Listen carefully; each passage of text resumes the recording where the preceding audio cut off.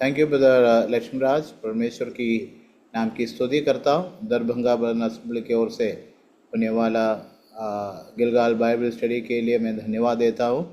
इस मंगलवार के समय में भी इस अध्ययन को जारी रखने के लिए परमेश्वर की मदद और सहायता हुई थी, इसीलिए परमेश्वर के नाम की स्तुति करता हूँ।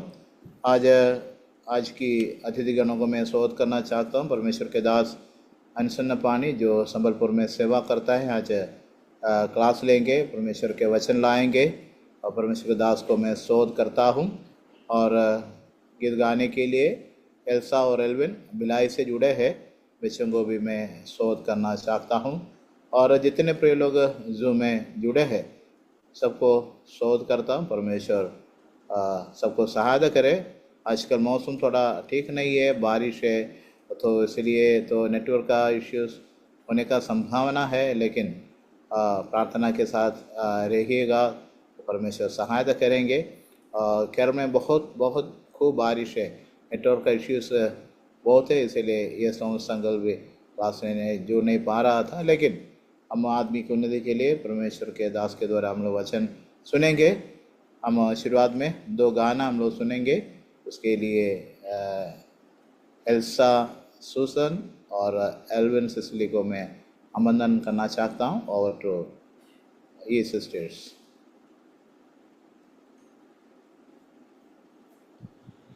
Praise the Lord.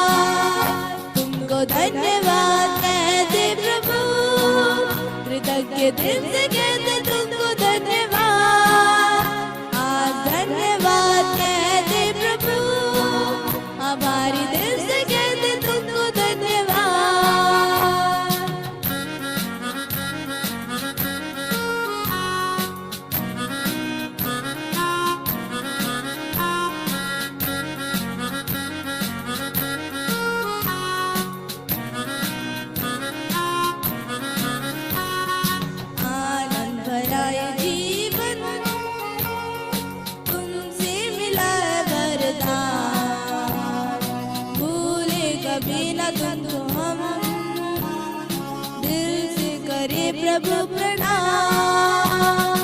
आनंद भराए जीवन तुमसे मिला है वरदान। भूले कबीरा तुमको हम दिल से करे प्रभु प्रणाम। तुमको धन्यवाद कहते प्रभु, कृतज्ञ दिल से कहते तुमको धन्यवाद। आज धन्यवाद कहते प्रभु, हमारे दिल से कहते तुमको धन्यवाद। तुमको धन्यवाद कहते प्रभु, कृतज्ञ दिल से कहते तुमको धन्यवाद। आज धन्यवाद कहते प्रभु, हमारे दिल से कहते तुमको धन्यवाद। हमारे दिल से कहते तुमको धन्यवाद। हमारे दिल से कहते तुमको धन्यवाद।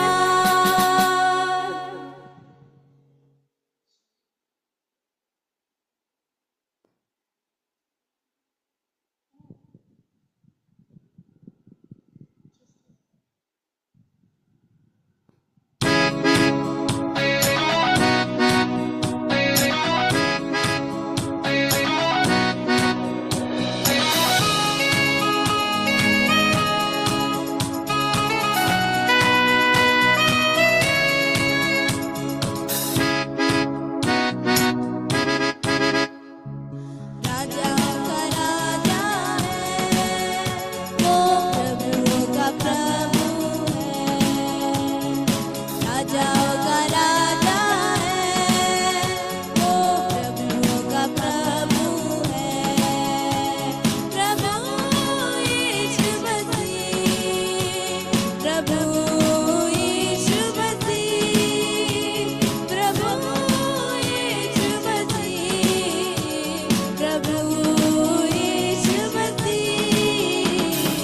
राजाओं का राजा है, वो प्रभुओं का प्रभु है।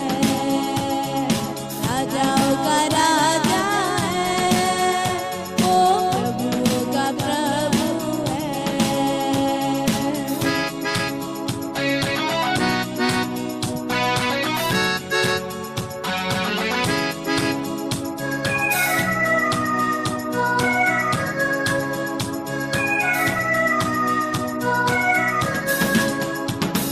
शत्रु को हरा दिया, संसार को जीत लिया।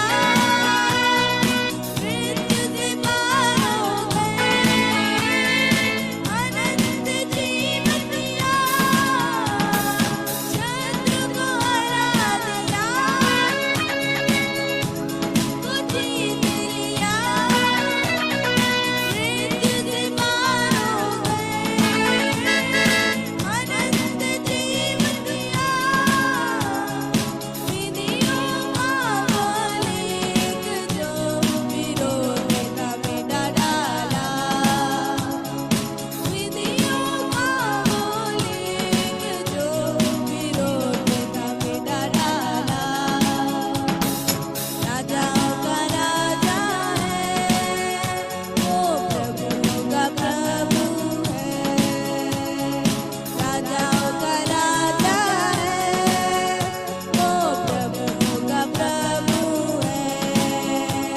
प्रभु यीशु मसीह, प्रभु यीशु मसीह, प्रभु यीशु मसीह, प्रभु यीशु मसीह। राजाओं का राजा है, वो प्रभुओं का प्रभु है। राजाओं का राजा है, वो प्रभुओं का प्रभु है।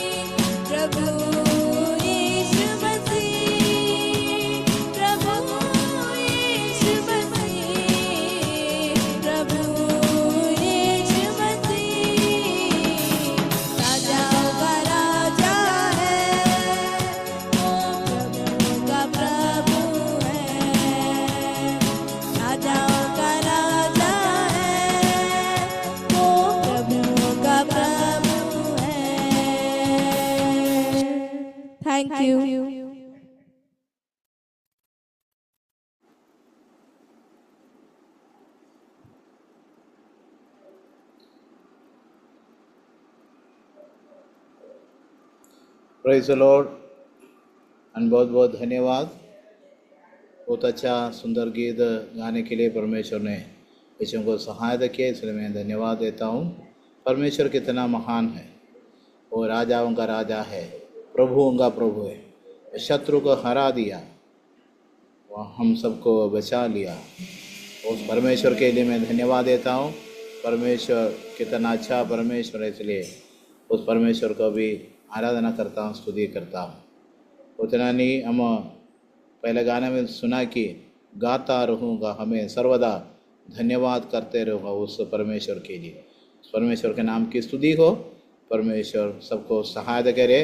आज भी हम वचन सुनने का एक अमूल्य अवसर और सुनहरा अवसर परमेश्वर ने दिया है। उस परमेश्वर के लिए मैं धन्यवाद देता हूँ। परमेश्वर के दास अनसन्ना पानी संबलपुर में परमेश्वर की सेवा करता है। उस वो परमेश्वर उनको सहायता करे और परमेश्वर के दास के द्वारा हम परमेश्वर का वचन सुनेंगे। हम प्रार्थना के साथ बैठेंगे। परमेश्वर के नाम की स्तुति हो। और तो परमेश्वर के दास अनसन्ना पानी। परमेश्वर के नाम की स्तुति और महिमा हो। एक बार फिर सबों को जय मसीह की। एक बार फिर प्रभु के सम्मुख इस जूम माध्यम से मिलने के लिए प्रभु ने हमें मदद किया, प्रभु का हम धन्यवाद करेंगे। आइए हम परमेश्वर के वचन के मनन की ओर जाएंगे। आज के मनन के लिए कुलूसी पत्री के पहला अध्याय और उसके 15, 16 और 13वां वचनों को पढ़ेंगे। कुलूसियों के पत्री पहला अध्याय उसके 15, 16वां और 13वें वचन को पढ़ेंगे। वह तो अदृश्य परमेश्वर का प्रतिरूप और सारी सृष्टि में पहलोठा है, क्योंकि उसी में सारी वस्तुओं की सृष्टि हुई, स्वर्ग की हो अथवा पृथ्वी की, देखी या अनदेखी, क्या सिंहासन, क्या प्रभुताएं, क्या प्रधानताएं, क्या अधिकार, सारी वस्तुएं उसी के द्वारा और उसी के लिए सृजी गई हैं। अब हम 13वीं आयत को पढ़ेंगे। उसी ने हमें अंधकार के वश से छुड़ाकर अपने प्रिय पुत्र के राज्य में प्रवेश कराया। परमेश्वर अपने वचन पढ़े जाने के द्वारा महिमा पाए, हमें भी आशीषित करें। 13वीं वचन में पौलुस इस शब्द का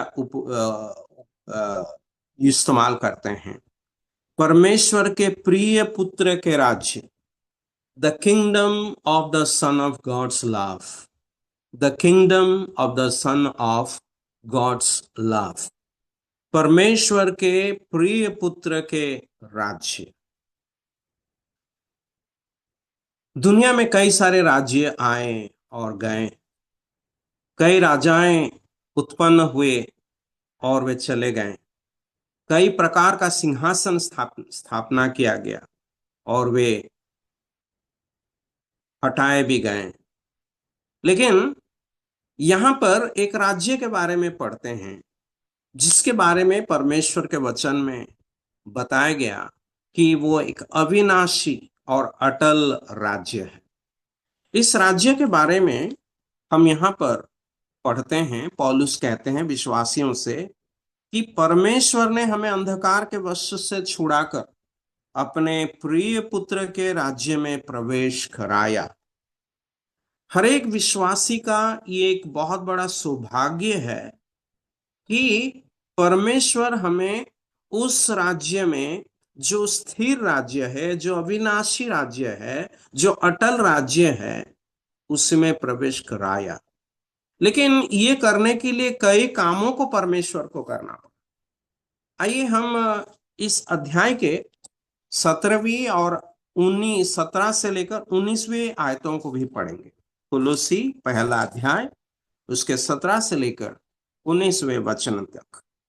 वही सब वस्तुओं में प्रथम है और सब वस्तुएं उसी में स्थिर रहती है।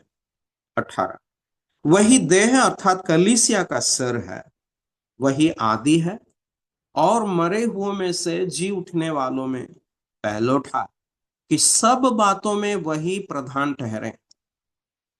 क्योंकि पिता की प्रसन्नता इसी में है कि उसमें सारी परिपूर्णता वास करे। यहां पर हम 18 वचन के आखिरी में पढ़ते हैं, 19 का पहला वचन आरंभ में पढ़ते हैं, क्योंकि पिता की प्रसन्नता इसी में है कि उसमें सारी परिपूर्णता वास करे। पिता ने चाहा अनादिकाल से कि प्रभु यीशु मसीह सब बातों में पहलौठा और सब बातों में प्रधान ठहरे। और परमेश्वर का इच्छा यह था कि प्रभु यीशु मसीह सब बातों का शिरोमणि बने।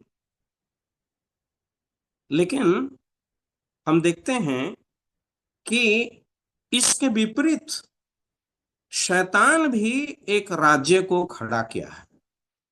शैतान भी एक राज्य को खड़ा किया है जो परमेश्वर के राज्य के विरुद्ध है या खिलाफ है।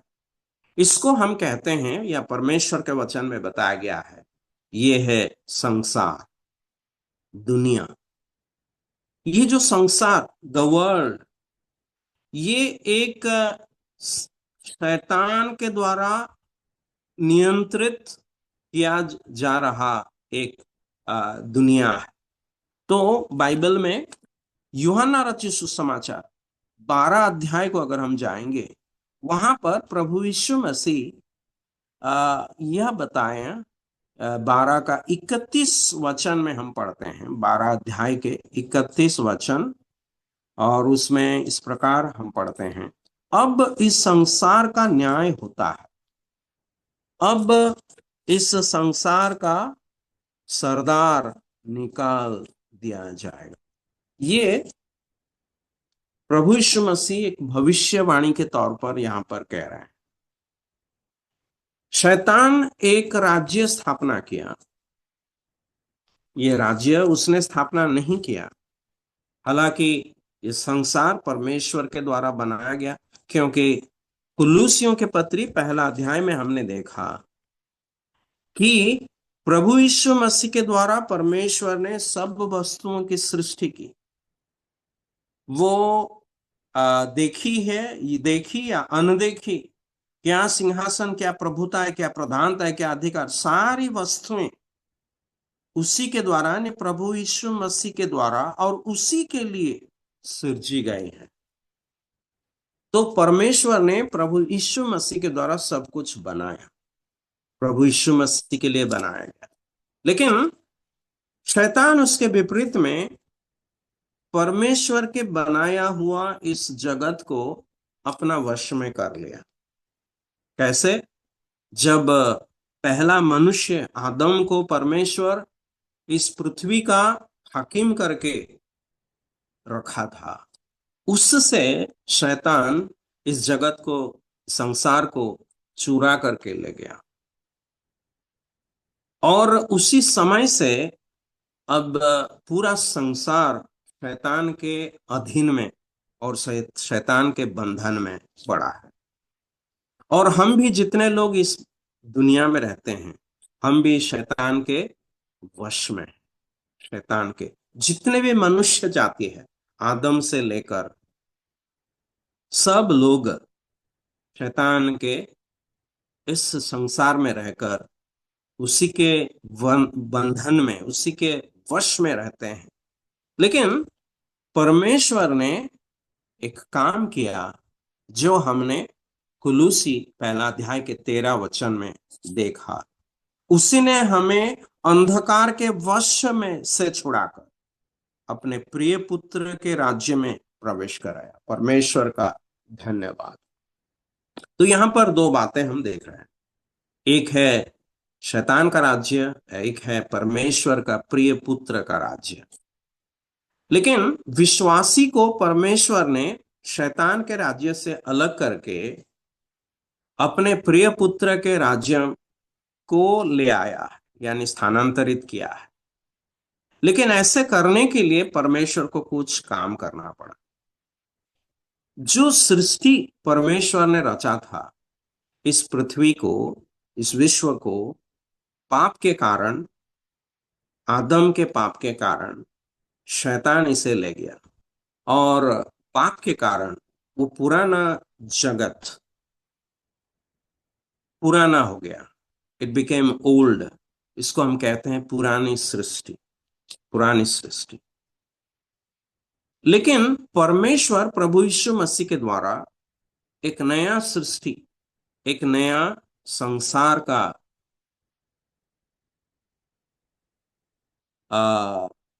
संसार को बनाया।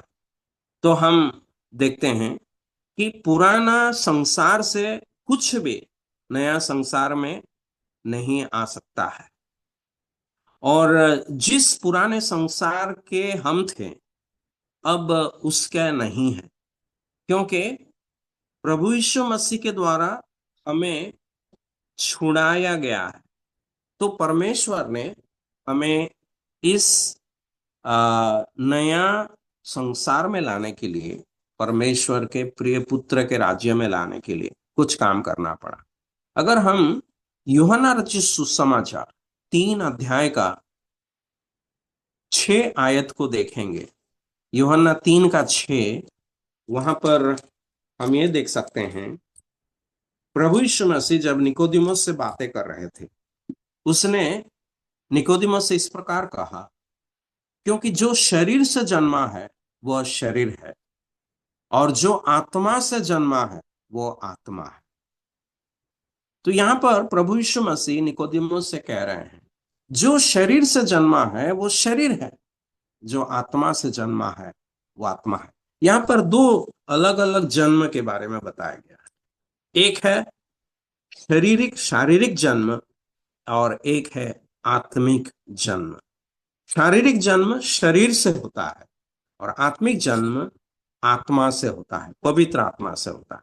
तो परमेश्वर हमें शैतान के वश से छुड़ाने के लिए, अंधकार के वश से छुड़ाने के लिए, और इस पुरानी जगत से छुड़ाकर अपने प्रिय पुत्र के राज्य में लाने के लिए हमें एक आत्मिक जन्म देना आवश्यक पड़ा, आत्मिक जन्म देना आवश्यक पड़ा। और इसके लिए हम ये क्यों आवश्यक है? क्योंकि 1 कुरिन्थी 15 अध्याय के 50 वचन में इस प्रकार बताया गया। 1 कुरिन्थी 15 और उसके 50 वचन में हम पढ़ते हैं, हे भाइयों, मैं यह कहता हूं कि मांस और लहू परमेश्वर के राज्य के अधिकारी नहीं हो सकते, और ना नाशवान अविनाशी का अधिकारी हो सकता है। तो यहां पर पौलुस पुनरुत्थान के संबंध में जब वो कहते हैं, और यहां पर वो कहते हैं कि परमेश्वर के राज्य के अधिकारी होने के लिए मांस और लहू कभी भी वहां शामिल नहीं हो सकता है। पुराने जगत में हम रहकर शरीर के द्वारा जन्मने के द्वारा हम लोग मांस और लहू का भागी है। लेकिन मांस और लहू परमेश्वर का राज्य का अधिकारी नहीं बन सकता, इसीलिए परमेश्वर को कुछ अलग करना आवश्यक था। तो पुराना को लेकर वो नया में प्रवेश नहीं करवाएंगे। परमेश्वर हमें पूर्ण रीति से नया करने का आवश्यक है, और ये पवित्र आत्मा के द्वारा, पवित्र आत्मा के जन्म के द्वारा ये होता है। और यही बात प्रभु यीशु मसीह निकोदिमस से बता रहे थे यूहन्ना 3 अध्याय में। तो नया जन्म का हर एक व्यक्ति को जरूरी है, और परमेश्वर उस काम को करते हैं पवित्र आत्मा के द्वारा। नहीं तो कोई भी व्यक्ति उस पुरानी संसार से, यानी शैतान के अधीन में जो संसार है, उस संसार से परमेश्वर के प्रेम पुत्र या परमेश्वर के प्रिय पुत्र के राज्य में वो प्रवेश नहीं कर सकता है। हम देखते हैं कि हम जैसे थे पुरानी अवस्था में, उसी रीति से प्रभु के उस राज्य में प्रवेश नहीं कर सकते। इसीलिए प्रभु यीशु मसीह को कुछ काम करना पड़ा, और वो काम है प्रभु यीशु मसीह का मृत्यु। प्रभु यीशु मसीह हमारे लिए उस मृत्यु को सहा, जो मृत्यु हमारा था, क्योंकि पाप आदम का लेकिन आदम में हम सब थे जब उसने पाप किया। रोमी 5 अध्याय के 12 के अनुसार एक व्यक्ति ने पाप किया और उस पाप के द्वारा मृत्यु जगत में आया और सब मनुष्यों में मृत्यु फैल गई क्योंकि सब ने पाप किया। तो जब आदम ने पाप किया हम सब आदम में थे, और जब आदम पाप किया और मृत्यु का वश में आया, सभी मनुष्य मृत्यु के वश में आ गए क्योंकि सब ने पाप किया करके वहां पर लिखा गया है। तो हम जब पाप किए तो पाप के कारण प्रभु के हम लोग पुरानी सृष्टि के एक अंश हुए, लेकिन पुरानी सृष्टि कभी भी नया में प्रवेश नहीं कर सकता। इसीलिए प्रभु यीशु मसीह का मृत्यु का आवश्यक था। जो मृत्यु मेरा था, प्रभु यीशु मसीह उस मृत्यु को अपने ऊपर लेकर के हमारी जगह में वो मर गया। वो मरने से जब मैं प्रभु यीशु मसीह को ग्रहण करता हूं, परमेश्वर मुझे भी यीशु के साथ, उसके मृत्यु के साथ गिनते हैं। मतलब जब मैं प्रभु यीशु मसीह पर विश्वास, प्रभु यीशु मसीह के मृत्यु पर विश्वास करता हूं, तब परमेश्वर ये देखते हैं कि मैं भी यीशु मसीह के साथ मर गया हूं। और अब जब मैं मसीह में हो जाता हूं, प्रभु यीशु मसीह जैसे मरने के बाद तीसरा दिन जी उठे, और मैं भी प्रभु यीशु मसीह पर विश्वास करता हूं और उसी रीति से मैं मसीह में हो जाता हूं। 2 कुरिन्थी 5 अध्याय का 17 आयत हम सब जानते हैं, और उसमें हम इस प्रकार पढ़ते हैं। 2 कुरिन्थी अध्याय 5 का 17 वचन में हम पढ़ते हैं, इसीलिए यदि कोई मसीह में है तो वह नई सृष्टि है, पुरानी बातें बीत गई है, देखो सब बातें नई हो गई है। एक पापी व्यक्ति एक शैतान के बंधन में, शैतान के वश में, शैतान के बंधन में बांधा हुआ एक पापी मनुष्य जब प्रभु यीशु मसीह में आ जाता है, परमेश्वर उसे नई सृष्टि बनाता है, और वो नया होने के द्वारा एक नया राज्य में प्रवेश कर सकता है। परमेश्वर के प्रिय पुत्र के राज्य में वो प्रवेश करने के लिए हकदार बन जाता है। जब एक व्यक्ति मर जाता है, मतलब प्रभु यीशु मसीह के मृत्यु पर जब हम विश्वास करते हैं, हम मर जाते हैं। परमेश्वर हमें मृत ऐलान करते हैं। मरने के बाद एक व्यक्ति को दफनाना आवश्यक, मिट्टी देना आवश्यक होता है।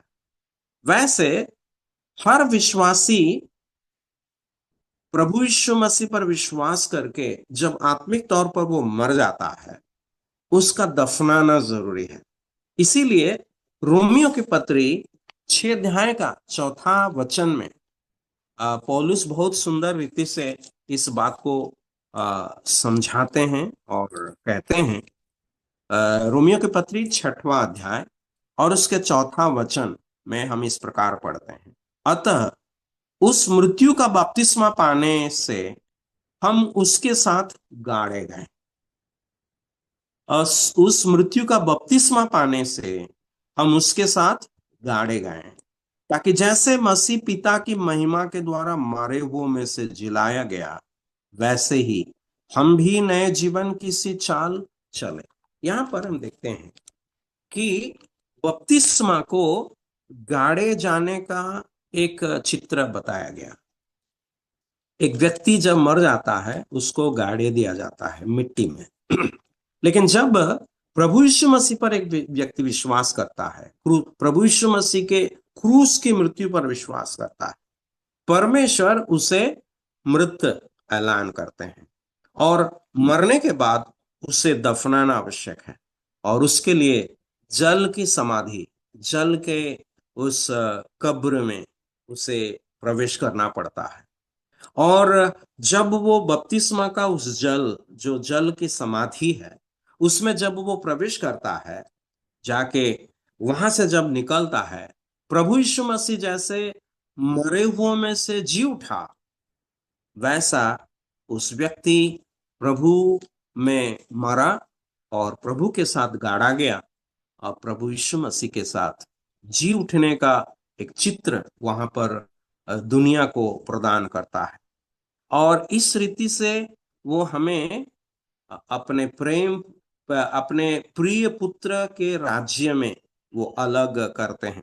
हर विश्वासी प्रभु यीशु मसीह को ग्रहण करने के बाद, प्रभु यीशु मसीह को विश्वास करके ग्रहण करने के बाद बपतिस्मा लेने का बहुत ही आवश्यक और जरूरी है। जब हम प्रेरितों के काम में पढ़ते हैं, जिस दिन लोग विश्वास किए तुरंत वे बपतिस्मा लिए। प्रेरितों के काम 2 अध्याय में जब हम पढ़ते हैं, वहां पर देखते हैं कि लगभग 3,000 लोग प्रभु यीशु मसीह के सुसमाचार पर विश्वास किए और प्रभु यीशु मसीह को ग्रहण किए, उद्धार पाए। लेकिन उसी दिन वो 3,000 लोग बपतिस्मा भी लेते हैं। और प्रेरितों के काम में जब हम ऐसे पढ़ के जाएंगे, बार बार जब लोग बपतिस्मा उद्धार पाते हैं, यीशु मसीह पर विश्वास करते हैं, पर उद्धार पाते हैं, वे तुरंत बपतिस्मा लेते हैं। 8 अध्याय में जब हम जाते हैं, एक खोजी फिलिपुस के द्वारा सुसमाचार सुना और वो कहते हैं, मैं तो अभी तो पानी है यहाँ पर, मुझे बपतिस्मा लेने में क्या रुकता है। तब फिलिपुस कहते हैं, अगर तुम पूरे मन से विश्वास करोगे तब हो सकता है। और वो कहते हैं कि मैं पूरे मन से विश्वास करता हूं कि यीशु मसीह परमेश्वर का पुत्र है। और तुरंत वो रथ से उतरकर और उस जल में जाकर पानी में उस बपतिस्मा लेते हैं। और हम देखते हैं उस व्यक्ति का उद्धार के साथ कैसे तुरंत उद्धार मतलब बपतिस्मा भी जुड़ा हुआ है। मरकुस रचित सुसमाचार में हम इस बात पढ़ते हैं। मरकुस रचित सुसमाचार उसका 16 अध्याय और उसके 16वें वचन में हम पढ़ते हैं। 15 में उसने उनसे कहा, तुम सारे जगत में जाकर सारी सृष्टि के लोगों को सुसमाचार प्रचार करो। 16 जो विश्वास करे और बपतिस्मा ले उसी का उद्धार होगा। तो यहां पर हम देखते हैं प्रभु यीशु मसीह ने कहा, जो विश्वास करे और बपतिस्मा लेगा उसी का उद्धार होगा। तो विश्वास के साथ बपतिस्मा भी जुड़ा हुआ है, मतलब उद्धार के साथ बपतिस्मा भी। इसका मतलब ये नहीं बपतिस्मा लेने से किसी का उद्धार होगा, क्योंकि इसी 16 वचन में हम आगे को अगर पढ़ेंगे, वहां पर साफ लिखा गया है। और एक बार मैं 16 वचन को पढ़ा, जो विश्वास करे और बपतिस्मा ले उसी का उद्धार होगा, परंतु जो विश्वास न करेगा वह दोषी ठहराया जाएगा। यहां पर लिखा है, जो विश्वास करेगा और बपतिस्मा लेगा उसका उद्धार होगा, लेकिन जो विश्वास ना करेगा वह दोषी ठहरा जाए। तो बपतिस्मा उद्धार के साथ जुड़ा हुआ है। और इसीलिए आदिम कलीसिया में हर एक व्यक्ति जो यीशु मसीह को ग्रहण किया वो तुरंत बपतिस्मा लिया, क्योंकि प्रभु ने कहा जो विश्वास नहीं करेगा वो दोषी ठहरा जाएगा। तो प्रभु यीशु मसीह को ग्रहण करना, प्रभु यीशु मसीह को उद्धारकर्ता के रूप में जब हम मानते हैं, उसके मृत्यु पर हम विश्वास करते हैं, परमेश्वर हमें प्रभु यीशु मसीह के साथ क्रूस पर चढ़ाया गया हुआ करके वो गिनती करते हैं। जैसे पौलुस भी कहते हैं कुल गलातियों की पत्री में 2 अध्याय के गलातियों के पत्री अध्याय 2 और उसका 20 वचन में हम पढ़ते हैं, मैं मसीह के साथ क्रूस पर चढ़ाया गया, अब मैं जीवित ना रहा। तो यहां पर पौलुस इस विषय का अपना परिचय वो देते हैं। वो कहते हैं मैं मसीह के साथ क्रूस पर चढ़ाया गया। कब? न जिस दिन पहली बार यीशु मसीह का मृत्यु को अपनाया, यानी उस मृत्यु पर वो विश्वास किया, उस समय वो क्रूस पर चढ़ाया गया है करके परमेश्वर के वचन में हम पाते हैं।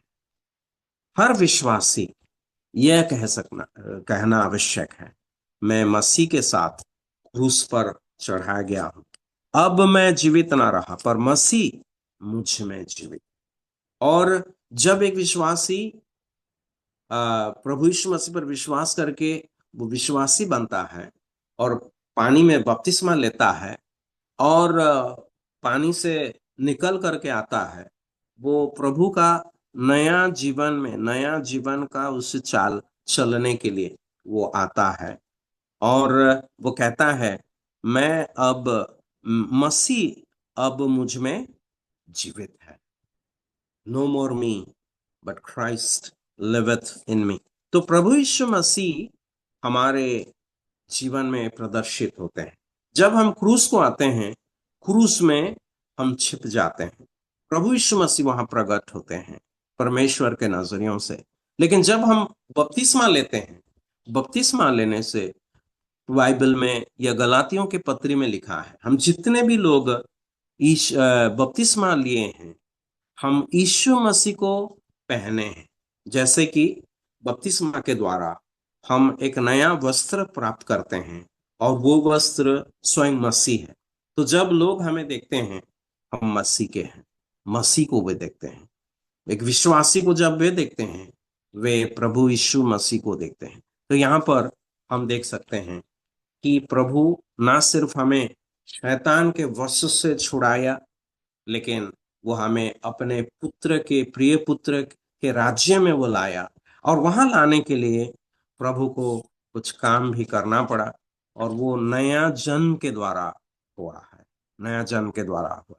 तो परमेश्वर हमें आशीषित करें कि ये सारे वचनों को हम जानें और इसको हम दूसरों को भी सिखाएं, कि प्रभु यीशु मसीह का मृत्यु हमारा मृत्यु था और प्रभु यीशु मसीह को जब मैं ग्रहण करता हूं, परमेश्वर मुझे प्रभु यीशु मसीह में देखते हैं। रोमी 5 अध्याय के 6 आयत को मैं पढ़ूंगा। रोमी 5 का अध्याय आयत 6। क्योंकि जब हम निर्बल ही थे तो मसीह ठीक समय पर भक्तिहीनों के लिए मरा। तो यहां पर हम पढ़ते हैं, प्रभु यीशु जब हम निर्बल ही थे, मसीह ठीक समय पर भक्तिहीनों के लिए मरा। तो प्रभु यीशु मसीह पर जब मैं विश्वास करता हूं, उस प्रभु के उस मृत्यु में मैं शामिल हो जाता हूं और उसके पुनरुत्थान में तब शामिल होता हूं जब मैं बपतिस्मा लेकर के पानी से निकल के आता हूं। अब हर विश्वासी को ये कहना है पौलुस के तरह, अब मैं नहीं मसीह। इसीलिए एक विश्वासी को मसीही कहा जाता है, क्रिश्चियन। तो यीशु मसीह मुझ में दिखाई पड़ना है बपतिस्मा के द्वारा। जैसे कि गलातियों के पत्र में हम प्रभु यीशु मसीह को पहनते हैं, जैसे कि हमारा वस्त्र लोग देखते हैं, वैसे लोग हमें देखते समय प्रभु यीशु मसीह को देखने का आवश्यक है। क्योंकि हम ना सिर्फ मसीही है, लेकिन मसीह के राज्य के लोग भी हैं। और इसीलिए परमेश्वर ने हमें प्रभु में जोड़ा है, प्रभु में जोड़ा है और प्रभु के साथ। और हम जो जहाँ जुड़े हैं वो कलीसिया है और वो कलीसिया का सिर है प्रभु यीशु मसीह। तो प्रभु का धन्यवाद हो। गलाती 6 अध्याय में उसका चौथा वचन में हम पढ़ते हैं, गलाती अध्याय 6 का चौथा वचन। पर हर एक अपने ही काम को जांच ले और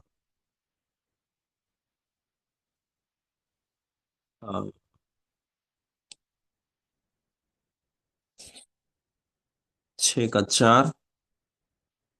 मैं जो वचन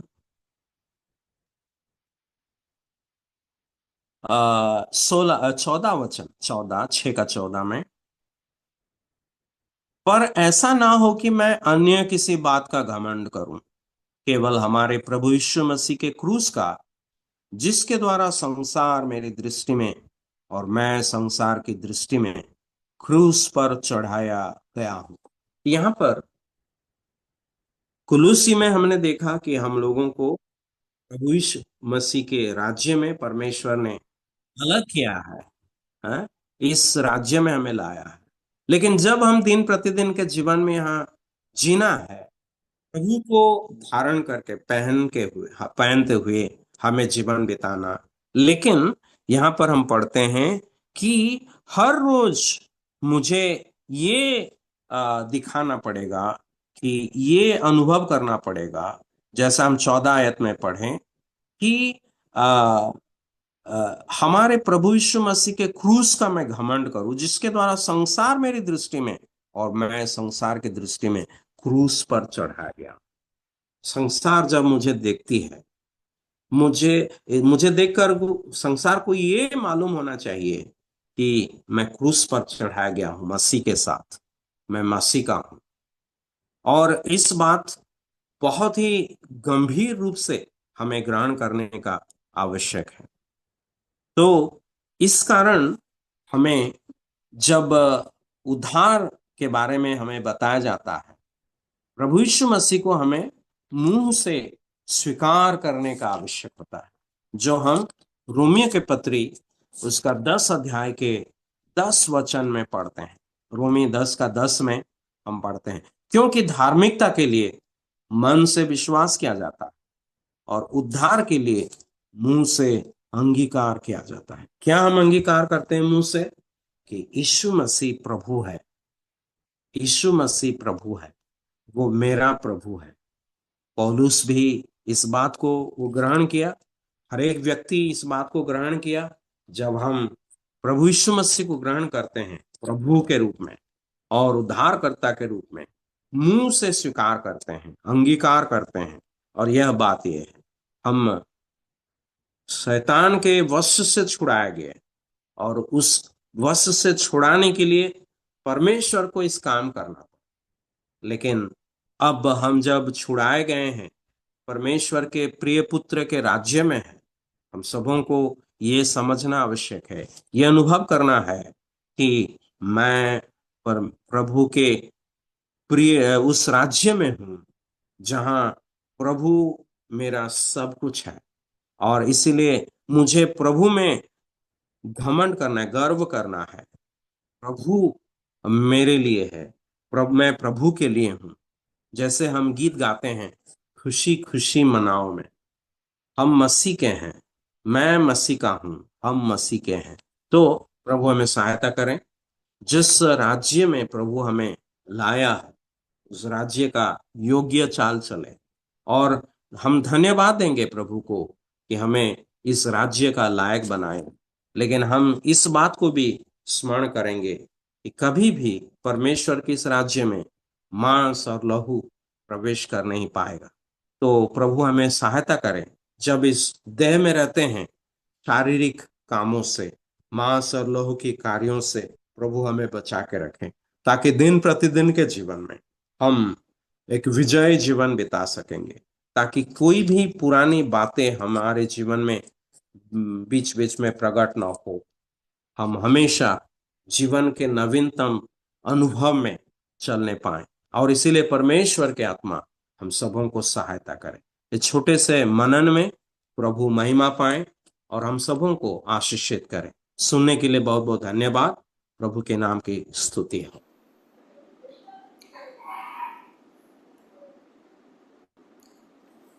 थैंक यू सो मच अनुसंपानी ब्रदर। प्रभु यीशु मसीह हमारा परमेश्वर का आदर्श प्रतिरूप है। प्रभु यीशु मसीह के द्वारा सब कुछ हुआ। इस संसार में जो कुछ है परमेश्वर का ही, यीशु मसीह के द्वारा ही हुआ, यीशु मसीह के लिए हुआ।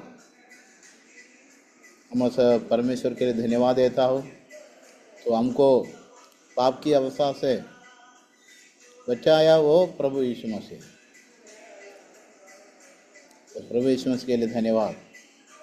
और इस संदेश के साथ सुसमाचार भी सुनाया था कि जो कोई प्रभु यीशु मसीह पर विश्वास करे वह नाश नहीं होगा परंतु अनंत जीवन पाएगा। इसीलिए हृदय में हमें निर्णय लेना है और प्रभु यीशु मसीह के ऊपर विश्वास करना है और अपने मुंह से अंगीकार करना है ताकि परमेश्वर की एकलौता पुत्र प्रभु यीशु मसीह के द्वारा दिया हुआ उद्धार हम पा सके। बहुत अच्छे वचन के लिए धन्यवाद। एक और बार सुसमाचार प्रभु यीशु मसीह के बारे में, प्रभु यीशु मसीह हमारे जीवन में क्या किया है, इस संसार के लोगों के लिए क्या किया है, ये बात अच्छे से समझाने के लिए परमेश्वर के दास को सहायता किया है। इसलिए मैं परमेश्वर का धन्यवाद करता हूँ। आए हुए सभी प्रियजनों को प्रभु यीशु मसीह के नाम में एक और बार मैं धन्यवाद देना चाहता हूँ। विशेषकर मिशन पानी को धन्यवाद देता हूँ, वचन को सुनाया है और गीत गाने के लिए